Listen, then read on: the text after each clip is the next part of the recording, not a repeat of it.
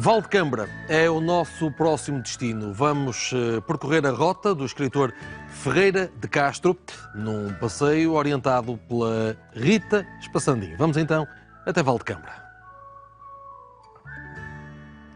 Imigrante, homem do jornalismo, mas sobretudo ficcionista. Ferreira de Castro foi um escritor português, nasceu em Oliveira das Meias e sempre teve muita ligação às suas raízes. Hoje conhecemos um Ferreira de Castro um pouco diferente.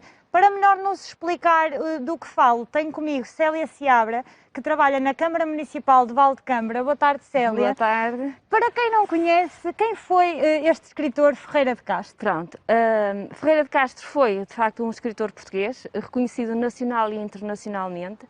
Nasceu em Oliveira das Meias no ano de 1898. Depois de concluir a instrução primária, ele partiu para o Brasil.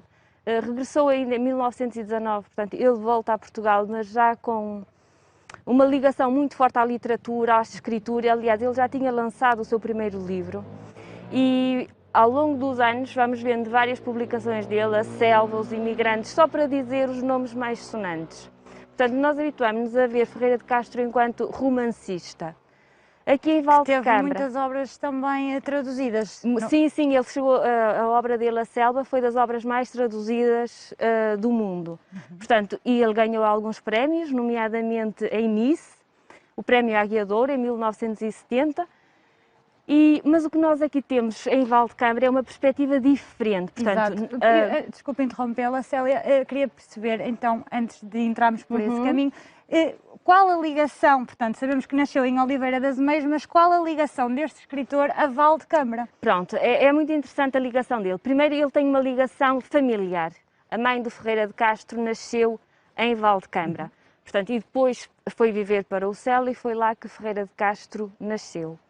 Quando Ferreira de Castro regressa a Portugal, vindo do Brasil, ele fica em Lisboa. No entanto, quando ele vinha de férias, ficava aqui hospedado. Estava sempre cá. Sim, na pensão suíça. Portanto, todos os seus verões eram passados por cá. O seu tempo de descanso era passado aqui.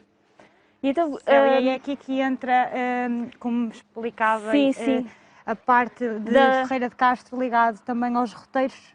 Sim, ligado a este roteiro. Portanto, o que é que nós temos aqui de Ferreira? O que é que a Ferreira de Castro deu a Valdecâmara? Por um lado, deu-nos um artigo que foi publicado na obra do Guia de Portugal, em 1944. Saiu o artigo no Guia de Portugal do tomo primeiro, dedicado à beira litoral.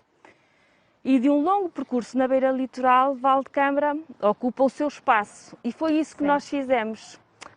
A descrição que Ferreira de Castro faz, essa narrativa de viagem, foi hoje transportada para uma realidade atual. Embora que tenha sido escrita em 1944, nós hoje temos o privilégio de poder fazer esse regresso no tempo, portanto, imaginar como era Valdecâmara nesse período. E ao mesmo através tempo, das descrições do escritor, conseguimos... Sim. Mas essas descrições, consegue-me dizer mais ou menos como é que eram? Portanto, o que é que ele descrevia durante esses percursos? O que é que experienciava?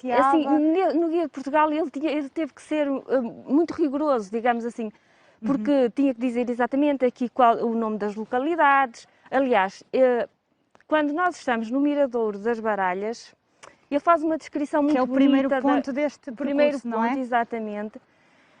Ele consegue fazer uma descrição belíssima, porque sendo precursor do neorrealismo, nós recolhemos aquilo, tivemos a sorte de ter uma descrição idílica dos cenários, portanto, pitoresco, romântico.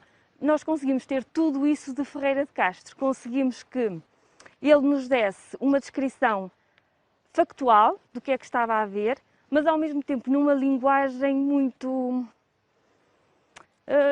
como dizer, pitoresca, romântica, e se bela. Através das sensações, não? Sim, muito as sensações dos sons, muito isso. E da beleza da natureza, que também conjuga depois com a mão humana, que ele certo? já referenciasse Valdecâmara como o mundo da manteiga, portanto, tudo aquilo que Valdecâmara se destacava sim. o mundo da manteiga, e depois que a viagem que ele faz até à Senhora da Saúde, fazendo referência à Romaria da Nossa Senhora da Saúde, portanto, que é uma das mais importantes da região e a mais importante do nosso concelho, que já vem desde o século XVIII até agora, portanto... Já retratada também sim, pelo sim, escritor. sim, nós conseguimos ver, portanto, que Ferreira de Castro consegue focar os pontos mais importantes para Valdecambra. Sim, mais característicos da zona. Sim, sim. E Célia, nós neste momento estamos no ponto final deste percurso. No entanto, como é que as pessoas, sendo turistas ou mesmo até daqui da zona, provavelmente podem não conhecer, como é que podem, portanto, fazer este percurso e como é que é? É de carro? É a pé? Como é que ele funciona? Como é que é possível fazê-lo? Este percurso tem a vantagem de poder ser feito seja a pé, seja de carro. Portanto, o trajeto é relativamente pequeno. Quanto tempo? Quantos quilómetros? A primeira parte, digamos assim, a primeira parte que vai do Mirador das Baralhas até à Senhora da Saúde são cerca de 10 km, portanto é fácil, relativamente fácil. A segunda parte, que foi então criado o roteiro baseado num artigo que saiu numa revista da Junta Distrital de Aveiro em 1975, portanto já depois da sua morte, é um percurso ainda mais pequeno, porque era o que ele fazia a pé. Este roteiro tem dois percursos, só para explicar melhor, não é? Exatamente. São dois percursos, mas dentro do roteiro do Vale Mágico por Ferreira de Castro. Exatamente. Portanto, a segunda parte de Macieira de Câmara até Rois era o percurso que ele fazia. Pelo caminho encontramos a Pensão Suíça, pelo caminho encontramos a estrada que ele apelidou de Varanda do Céu, até chegarmos aqui a esta parte que ele... É aqui que nós estamos aqui, frente à igreja e ao Cruzeiro de Rois, que ele considera que, sendo uma obra de arte do homem, que se veio aliar à natureza lírica de Rois, portanto, a beleza das paisagens. Ou seja, a parte da paisagem e natureza aliada já a uma mão humana. A arte, exatamente, a arte humana, que nós também podemos considerar que a sua escrita também era uma arte, portanto, se ele elogiou, por um lado, a arte do homem no Cruzeiro e na igreja, nós hoje também aproveitamos para elogiar a arte dele através da sua escrita, portanto, que tanto nos enriqueceu e ainda enriquece.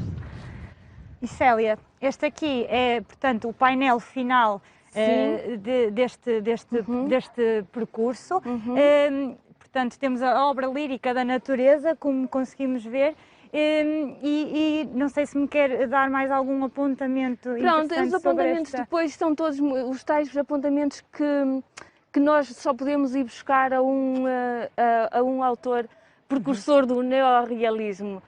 O rio que murmura, os ribeiros, as árvores, o facto de estarmos perto da água, portanto, ele sempre foi muito sensível à natureza, sempre foi muito ao pormenor do que ouvia, do que via, do que sentia.